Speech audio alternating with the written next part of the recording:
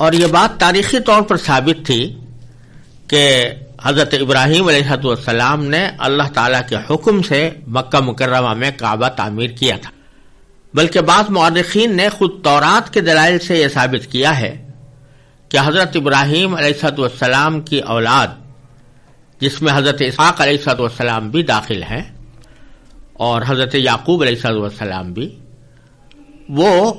اپنی عبادتوں کے وقت میں کعبے ہی کا رخ کیا کرتے تھے۔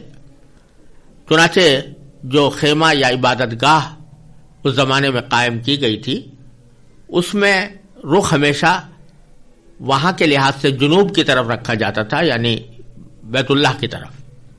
اور بعد میں جب بیت المقدس تعمیر ہوا تو بیت المقدس میں بھی لوگ عبادت کرتے وقت بیت المقدس کے اندر سے رخ اسی طرف کیا کرتے تھے، یعنی کعبے کی طرف کیا کرتے تھے۔ بہرحال قرآن کریم کا ارشاد یہ ہے کہ ان لوگوں کو جو تورات کے عالم ہیں اور تورات کی تمام باتوں کو اچھی طرح جانتے ہیں،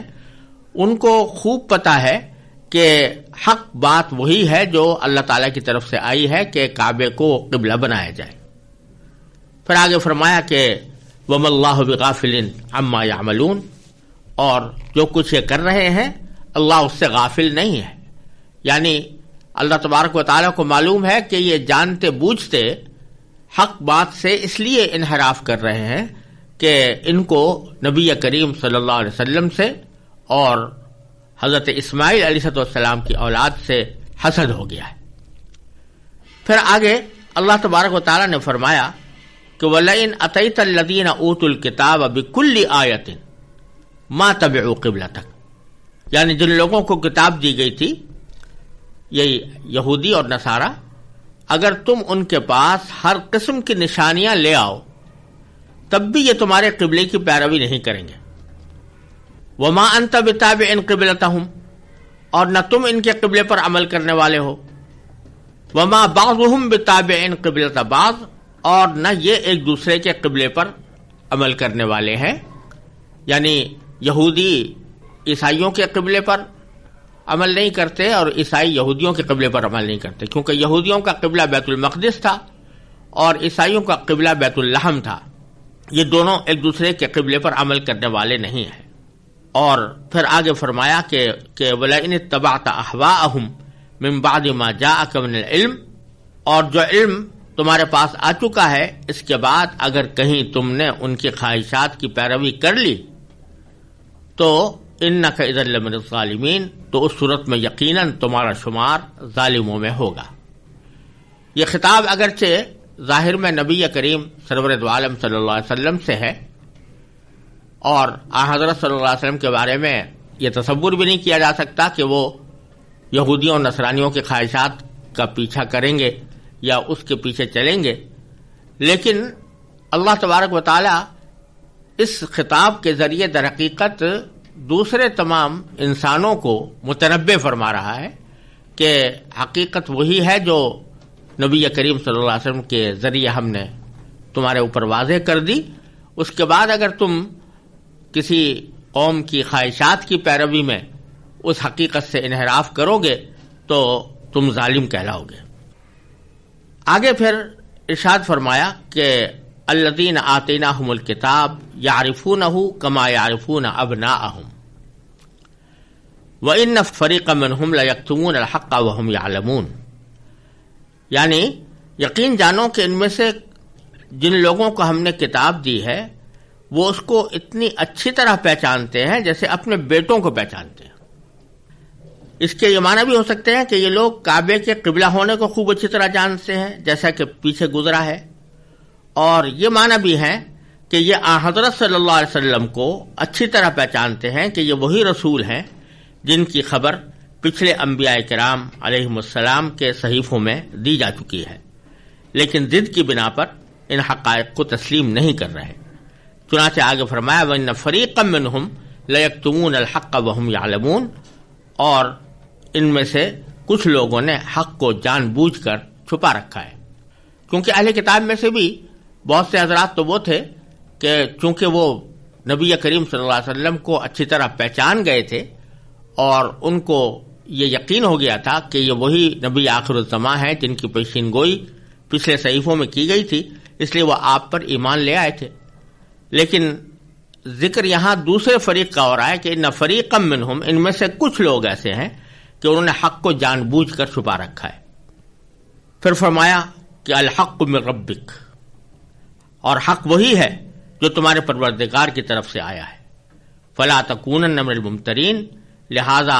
شک کرنے والوں میں ہرگز شامل نہ ہونا. آگے ارشاد فرمایا کہ وَلِكُلٍّ وِجْهَةٌ هُوَ مُوَلِّيهَا فَاسْتَبِقُوا الْخَيْرَاتِ، اور ہر گروہ کی ایک سمت ہے جس کی طرف وہ رخ کرتا ہے، لہذا تم نیک کاموں میں ایک دوسرے سے آگے بڑھنے کی کوشش کرو. یہ در حقیقت یہ جملہ اس لیے فرمایا گیا کہ جو لوگ قبیلے کی تبدیلی پر اعتراض کر رہے تھے ان پر حجت تو تمام ہو چکی. اب مسلمانوں کو یہ ہدایت دی جا رہی ہے کہ ہر مذہب کے لوگوں نے اپنے اپنے قبلے الگ بنا رکھے ہیں، اور تمہارے لیے یہ ممکن نہیں ہے کہ اس دنیا میں ان کو کسی ایک قبلے پر جمع کر سکو. لہذا اب ان لوگوں سے قبلے کی بحث میں پڑنے کے بجائے تمہیں اپنے کام میں لگ جانا چاہیے، اور وہ یہ ہے کہ اپنے نامہ اعمال میں زیادہ سے زیادہ نیکیوں کا اضافہ کرو. چنانچہ فرمایا فاستبقوا الخیرات، ہر گروہ کی ایک سمت ہے جس کی طرف وہ رخ کرتا ہے، لہذا تم نیک کاموں میں ایک دوسرے سے آگے بڑھنے کی کوشش کرو. فاستبقوا الخیرات، ایک دوسرے سے آگے بڑھنے کی کوشش کرو نیک کاموں میں. اینما تکونوا یاتی بکم اللہ جمیعا، تم جہاں بھی ہوگے اللہ تم سب کو اپنے پاس لے آئے گا. ان اللہ علی کل شیء قدیر، یقیناً اللہ ہر چیز پر قادر ہے. یعنی تم اپنے کام میں لگ جاؤ اور نیک کاموں کے اندر ایک دوسرے سے آگے بڑھنے کی کوشش کرو. آخری انجام یہ ہوگا کہ تمام مذہب والوں کو اللہ تعالیٰ اپنے پاس بلائے گا، اور اس وقت ان سب کی ترکی تمام ہو جائے گی.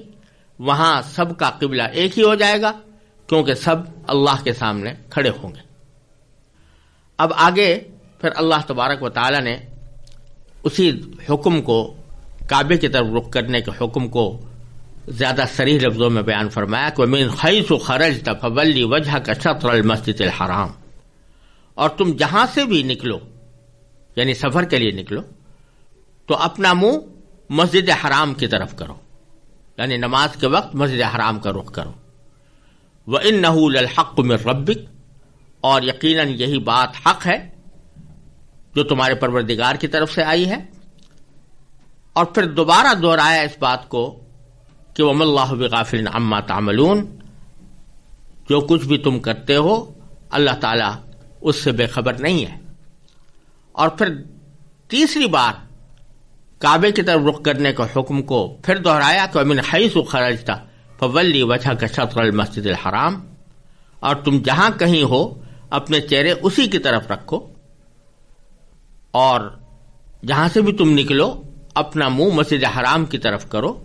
وَحَيْثُ مَا كُنْتُمْ فَوَلُّوا وُجُوهَكُمْ شَطْرَهُ، اور تم جہاں کہیں ہو اپنے چہرے اسی کی طرف رکھو.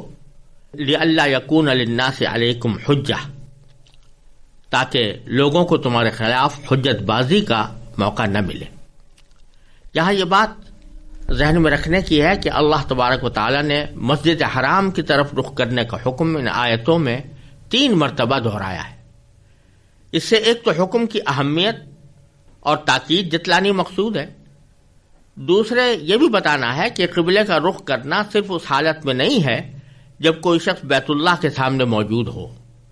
بلکہ جب مکہ مکرمہ سے نکلا ہوا ہو تب بھی یہی حکم ہے، اور کہیں دور چلا جائے تب بھی یہ فریضہ ختم نہیں ہوتا. البتہ یہاں اللہ تعالیٰ نے شطر کا لفظ استعمال کیا، یعنی سمت، اس کا لفظ استعمال کر کے اس طرح اشارہ فرما دیا کہ کعبے کا رخ کرنے کے لیے یہ ضروری نہیں ہے کہ انسان کعبے کی 100% سیدھ میں ہو، بلکہ اگر سمت وہی ہے تو کعبے کی طرف رخ کرنے کا حکم پورا ہو جائے گا. اور انسان اس معاملے میں اتنا ہی مکلف ہے کہ وہ اپنے بہترین ذرائع استعمال کر کے صحیح سمت متعین کر لے. ایسا کر لینے کے بعد اس کی نماز ہو جائے.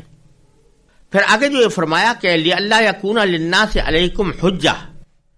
یعنی تاکہ تم لوگوں کو تمہارے خلاف حجت بازی کا موقع نہ ملے. اس کا مطلب یہ ہے کہ جب تک بیت المقدس قبلہ تھا یہودی یہ حجت کرتے تھے کہ دیکھو ہمارا دین برحق ہے، اسی لیے یہ لوگ ہمارے قبلے کو اختیار کرنے پر مجبور ہوئے ہیں، اور مشرکین مکہ یہ بحث کرتے تھے کہ مسلمان اپنے آپ کو حضرت ابراہیم علیہ السلام کا متبع کہتے ہیں، مگر انہوں نے ابراہیمی قبلے کو چھوڑ کر ان سے سنگین انحراف کر لیا ہے۔ اب جب کہ قبلے کی تبدیلی میں جو مصلحت تھی وہ حاصل ہو گئی، اور اس کے بعد مسلمان ہمیشہ کے لیے کعبے کو قبلہ قرار دے کر اس پر عمل پیرا ہوں گے، تو ان دونوں کی حجتیں ختم ہو جائیں گی۔ البتہ فرمایا کہ الا الذین ظلموا منہم، یعنی البتہ ان میں جو لوگ ظلم کے خوگر ہیں وہ کبھی خاموش نہیں ہوں گے۔ فلا تخشوہم، تو لہذا ان سے مت ڈرو، ان کا کچھ خوف نہ رکھو، وخشونی، اور ہاں میرا خوف رکھو۔ یعنی وہ کٹ حجت لوگ جنہوں نے اعتراض کرتے رہنے کی قسم ہی کھا رکھی ہے، ان کی زبانیں کوئی نہیں روک سکتا، لیکن مسلمانوں کو ان سے خوف کھانے کی ضرورت نہیں ہے، انہیں اللہ کے سوا کسی اور سے ڈرنا نہیں چاہیے۔ پھر فرمایا وَلِأُتِمَّ نِعْمَتِي عَلَيْكُمْ وَلَعَلَّكُمْ تَهْتَدُونَ، اور تاکہ میں تم پر اپنا انعام مکمل کر دوں اور تاکہ تم ہدایت حاصل کرو۔ تو اس لیے یہ احکام ہمیشہ کے لیے تمہیں دے دیے گئے ہیں، کیونکہ ان کی جب تم پابندی کرو گے تو اللہ تبارک و تعالیٰ کا انعام تمہیں دیا جائے گا اور تم سیدھے راستے کی ہدایت پا جاؤ گے۔